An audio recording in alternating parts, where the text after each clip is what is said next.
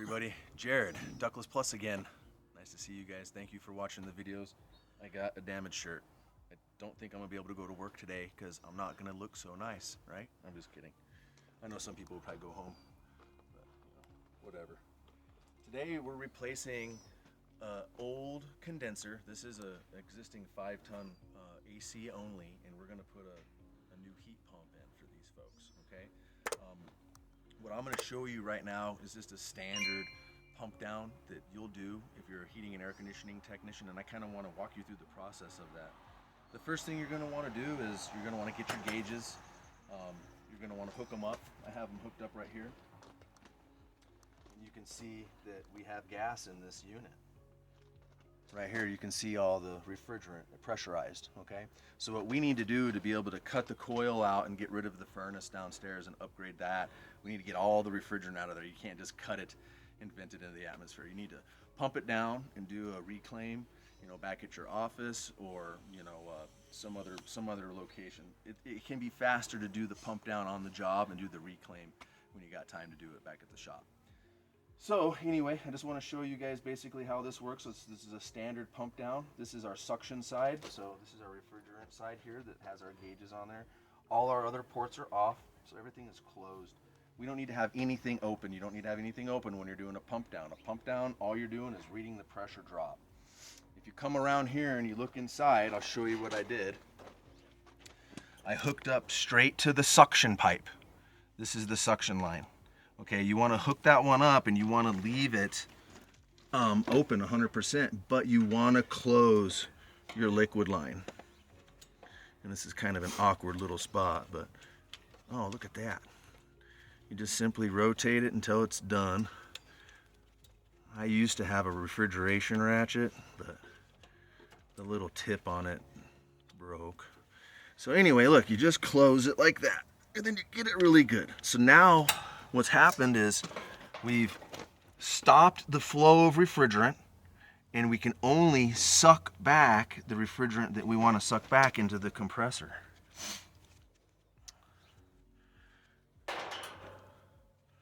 Now we're going to pull the big one out. I do believe that's the right one. Yes. Then you just kind of slightly start the rotation process.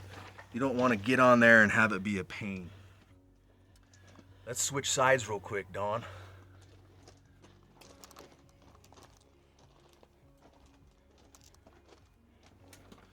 So now what I'm going to do is I'm going to power the contactor up right here. I'm going to engage the power right here at the contactor.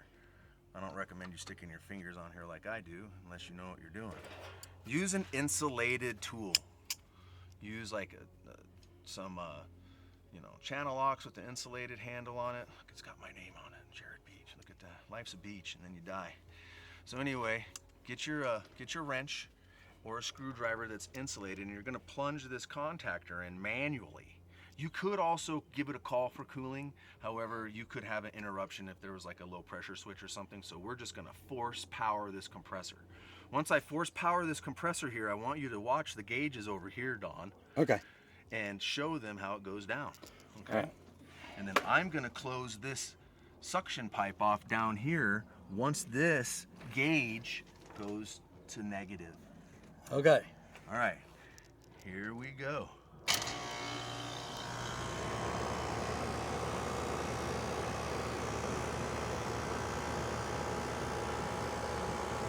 Now you can see what's happening is it's actually sucking the refrigerant back into the compressor. If you had a bad compressor or your compressor was failed, you would not be able to do this. You can kind of hear the compressor struggling. It's always going to struggle at the last little amount, depending on the length of the line set. You might have a lot of refrigerant in there. So see, now we're at 0. Yep. This is when you're going to want to start closing your valve.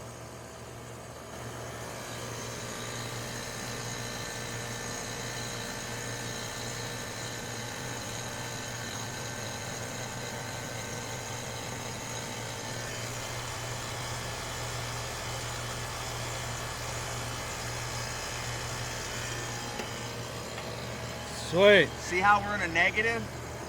And it's gonna stay there, watch. It's gonna stay in a negative. That means we basically created a vacuum on that line set. We wanna do that. You gotta realize there's gonna be some oil. There's gonna be some oil and some liquid refrigerant trapped in the oil. Yeah. Inside the evaporative coil, and if you don't get it in a vacuum, you're really not getting all that additional refrigerant out of there. So try to get it into a vacuum. Sometimes it'll work, sometimes it won't. So we really got lucky on this pump down. I've seen some pump downs where a compressor might fail in the middle of a pump down, or maybe the line set's really long and it can't suck all the refrigerant back. Try to get as much as you can isolated in the compressor and then lock it in. And then all you got to do at that point is reclaim what's in the rest of the line set to the coil. So that's a pro tip for you guys. Pump down 101. Thanks for watching, everybody.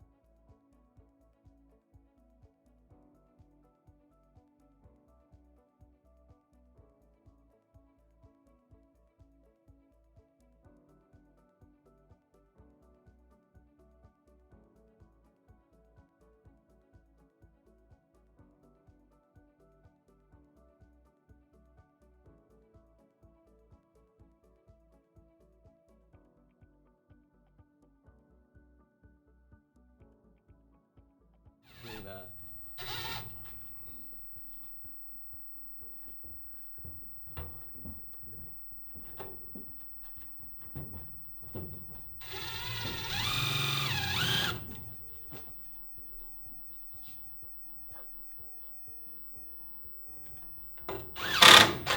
Well, it's going.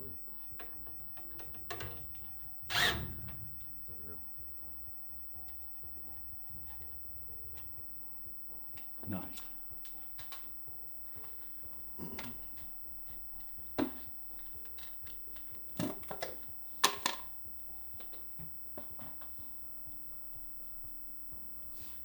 Hey y'all, this is Jared here, Ductless Plus.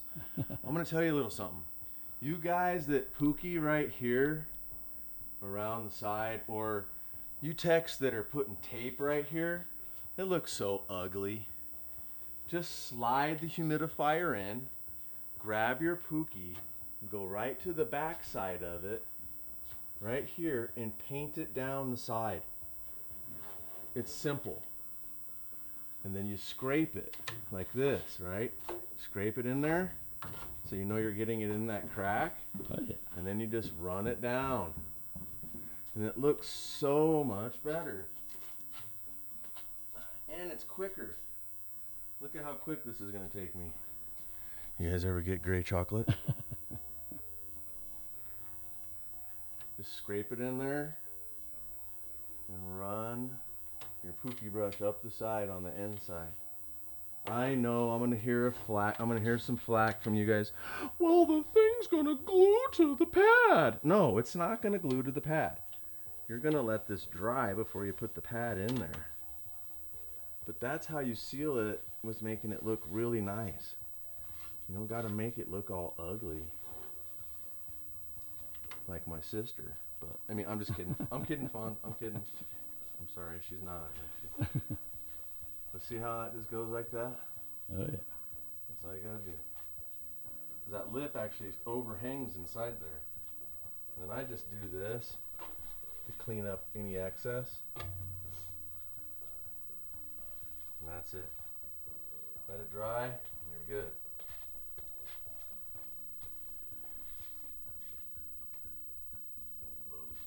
Yeah.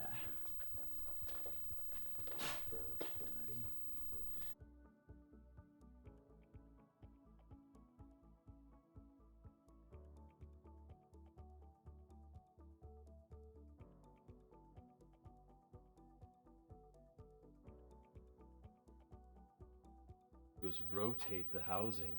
But see how this is upside down now? You Just want to spin it and pop it on there like that. Nice. Talk to my boys. And then here's a little port up here, and then there's another one here. All you do is reverse them. You take that little cap out, put it down there, and that one up there. That's all you do. This just goes over. It's always fun snapping a humidifier cover door on. And there you go. Oop. AprilAire. We still got to figure this out though. This piece. So do me a favor, just pookie this for me. Okay? And I want you to do it kind of nice. Get a little paper towel, and when you do this seam right here, like I don't care if you get over a little bit, but just wipe it off of that plastic. Right. Do you see what I'm saying? Yeah. Here, I'll just do it if you just wipe it off. I just don't want it to cover that stuff on there.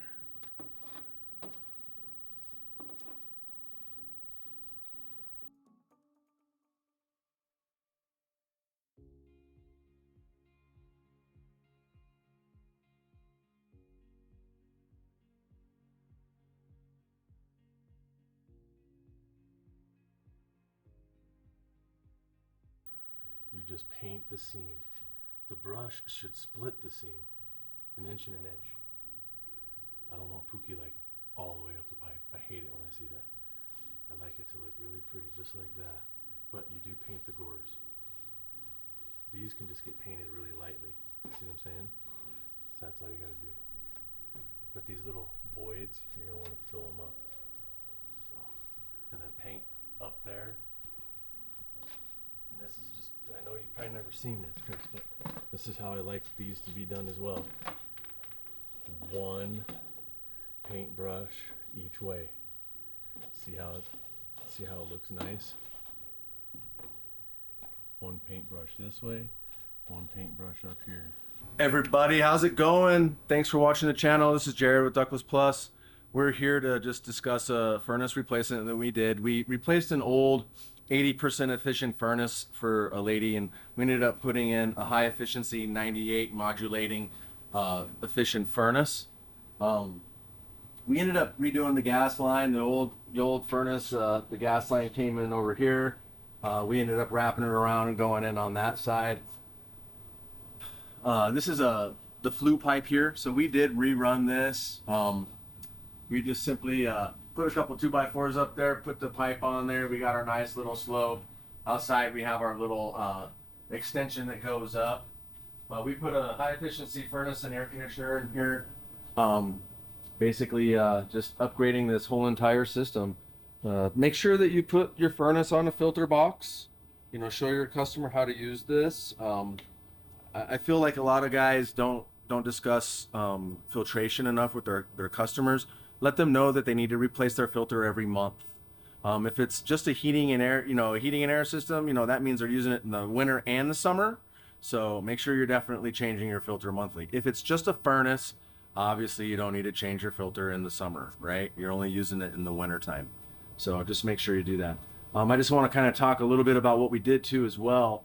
They had out here in Colorado, they have a code called combustion air. So any fuel burning appliance, if it's a water heater, a tankless system, a furnace, or whatever, they do want to have some form of combustion. High efficiency furnaces, you can do two pipes. You can do an intake with the 2-inch and then the 3 inches the exhaust, but you don't necessarily need to run this outside to get your fresh air if you have combustion air in the space. So remember that. So this is the low combustion air, and this is the high combustion air. So basically, that's what we did. And out here we installed an AprilAire humidifier. So keep in mind when you're doing these, there's a dial on here that says summer or winter. Make sure that this is closed in the summertime, and then open it up in the wintertime like that, right? You do have a filter in here. This filter should be replaced every single use of every single year. Don't leave your humidifier pad in for 5 years, okay? It'll get corroded. It'll end up making the humidifier leak. You'll hate your humidifier. It won't work well anyway. So replace this filter in here every single year. So it's a AprilAire Model 600. You can get that on Amazon. Local, I think even believe Home Depots and Lowe's has them. So just keep that in mind. One other thing that you do need to do that's very important when you're installing high efficiency equipment is you need to put an acid neutralization system in, okay? Any high efficiency system is going to produce carbonic acid. Carbonic acid is the acid that's produced as the carbon monoxide is getting vented out of the home, and as it's cooling off, it actually turns into a water. So any high efficiency furnace, tankless water heater, it doesn't matter what it is, it's definitely going to produce that carbonic acid, that secondary water that's coming through the heat exchanger as it's exiting out. So make sure you put an acid system in, okay? You can see where we tied the tankless water heater in right there, and it tees over and catches this, and it's going to enter into that, and then it's going to get neutralized before it goes to the drain.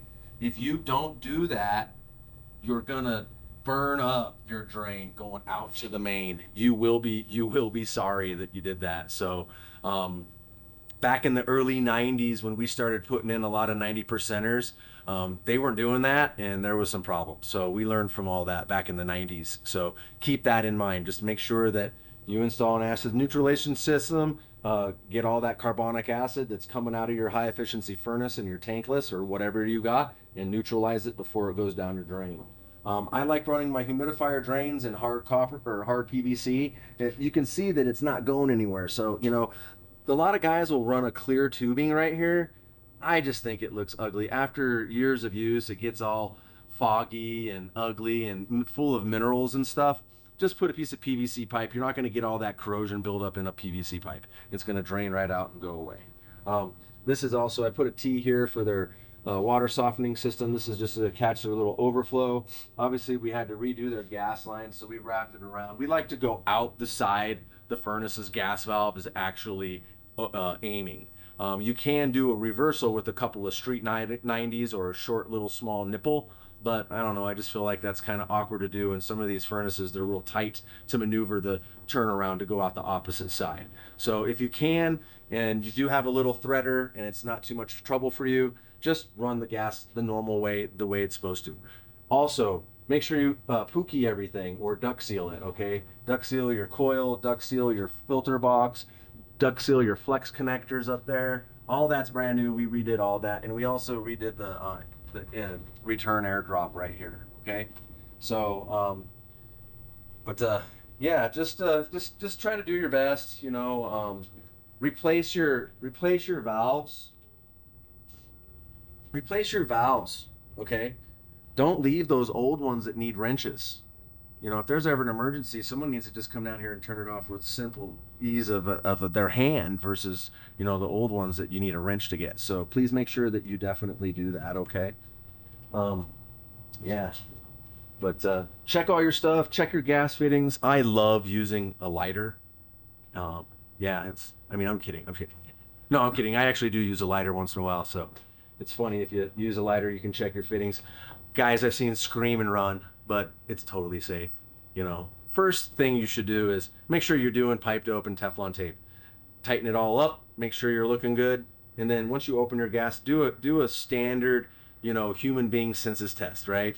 Use your nose, smell and see if you can smell some gas. If you can, get some soapy bubble, check your fittings. If you can't find it, then pull out your gas leak detector. Typically, soapy bubbles is going to identify a leak immediately, okay? So you'd be surprised how little, you know, soapy bubble, that tech is going to actually save you a lot. So keep that in mind.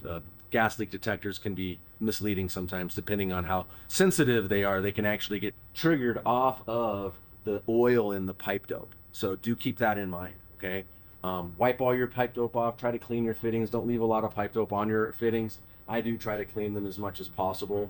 But yeah, just do your best. Try your best. You know, obviously you're working with a manufacturer's equipment, so you know it is what it is. These Rheem coils, they actually are powered.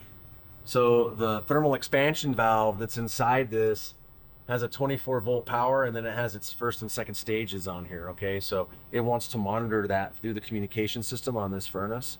So it knows what stage it's in. It's knowing that it's driving the temperature down. Yeah, that's pretty much it. Make sure you put a filter box on. Put a furnace on a filter box. It makes the filtration so much easier for the customer. They may even want to do it more, you know, if it's simpler for them to use. You know, a lot of guys will cut a filter door in right here, but you don't need to do that anymore. That's something we used to do 25 years ago. And 25 years before that, they used to slide them inside the furnace, like right here, but on all the way back. I'm sure there's still some filters out there that accessed through the inside of the cabinet of a furnace, but you don't really want to do that because there's a door switch in here. And some furnace doors are very awkward and can be very difficult to install. So just make sure that, you know, don't leave your filter inside. Make it external if it's in the return air drop or a filter box. And then the other thing that I like about Rheem's furnaces is they got these little handles right here. You don't need screws or nothing. So it makes it real simple to take the furnace door off and on. So that's something that I really like about Rheem product. I've been installing Rheem equipment for 31 years. It's I feel like it's one of the best pieces of equipment available out there. This is the intake, right? Obviously, you don't need to run it outside, but what I do is I run it up a little bit just so nobody can put a piece of paper or anything on it, okay? It's not gonna get up there and set on it. Humidistat. Humidistat, you're gonna wanna, you know, obviously leave it off in the summertime. This furnace actually knows it's in cooling mode, so it's not going to power up the humidifier terminal until we're in heat mode or straight fan mode, okay? So do keep that in mind as well. When you do these, just do your best. Make sure you're hooking up the flue good. Make sure you're priming everything, you're gluing everything. I don't like using medium or regular PVC cement. I really do feel like the heavy duty clear PVC cement's the way to go. It's a lot faster when it sets up. It's a little unforgiving though if you make a mistake. So you're not gonna be able to just rip that piece of pipe out. It's gonna be stuck in there. But if you're sick and tired of fittings popping out when you're gluing them, use the heavy duty glue, the PVC heavy duty cement versus the regular or the medium. But you know, put your caps in here. Make sure that you're doing your drain, you know, tying everything. Make sure your controls look nice. Don't make your wires stick out everywhere. This is an SSU switch, so this is basically a fusible switch that is going to protect the unit in case of a, you know, let's say there's an over amperage in the line. Maybe the motor's having an issue. It's going to pop that fuse before it does anything else. This is your switch to turn it off and on. We just simply tied that into the furnace's box and we went from there. So I'll talk a little bit about this tankless water heater here. There was a tank right here. I feel like water heaters are great, you know, but if you're looking to upgrade and you want something that's going to save you a little bit of money long term, I mean, and I'm not saying it's going to save you a generational wealth or anything like that, right? You know, but you know, any amount of savings is better than, you know, losing money. But I like tanklesses. They only do it on demand. They're not gonna waste water or, you know, getting hot, you know, just by heating it like a tank does 24/7. You know, as it cools off, it fires off, it cools off, it fires off. These don't do that. They'll only fire off on a demand call for heat, okay? In manufacturer settings out of a Rinnai, they're always set at 120. You can bump them up to a maximum of 140. There's a little few switches that you can adjust inside here and make them bump up to 140.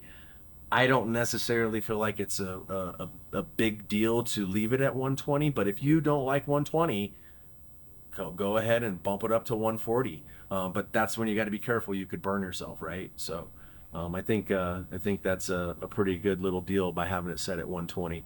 The other nice thing about Rheem's is you don't need to do as much water mixing. You can just pretty much use your hot. So they also have options where you can put like a thermostat in your shower. If you want to just go in there and take a shower at like 95 degrees, you can adjust it right there and it'll automatically know that you're in the shower. They call it the priority button.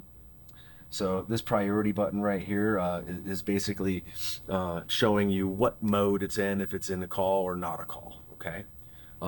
You cannot adjust this if the water's flowing through this. It will not let you do any adjustments. You gotta turn all the water off and then do your adjusting as far as temperature. But you know, you can see how it goes down. So I like it at 120. I think that's the best hottest temperature I would recommend you use. Other than that, thank you for watching. We really appreciate you guys. All you guys out there, please give us a subscription, you know, give us a comment. We love to hear your complaints. If you want to make fun of our installs, please do, but be nice. You know, remember the community guidelines, right? Kidding. I'm joking. I did get a haircut. So anyway, when I get haircuts, I get a little crazy. So thank you all. I really appreciate everybody. If you need a furnace, an air conditioner, a ductless system, this is the Ductless Plus. This is the Plus Ductless Plus. So, you know, we do not just ductless, but, you know, not always is the best thing for you to do is acquire, you know, a heat pump mini split. You know, you can get a heat pump, you know, traditional furnace. We are gonna do a video here soon about the IntelliHeat. The IntelliHeat is the Mitsubishi heat pump system that you can actually install on anybody's furnace. It doesn't matter the manufacturer. So I feel like that's going to be a game changer here real soon. Mitsubishi is going to really take over the unitary line, just because I feel like they offer a few things that some manufacturers are not going to be able to offer, and that is, you know, how quiet they are and how efficient they run. I feel like they're a lot more efficient than these unitary lines that are out there. But again, it's all down to you know, the specifications of that particular model that you purchase.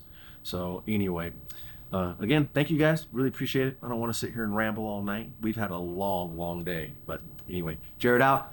Take care.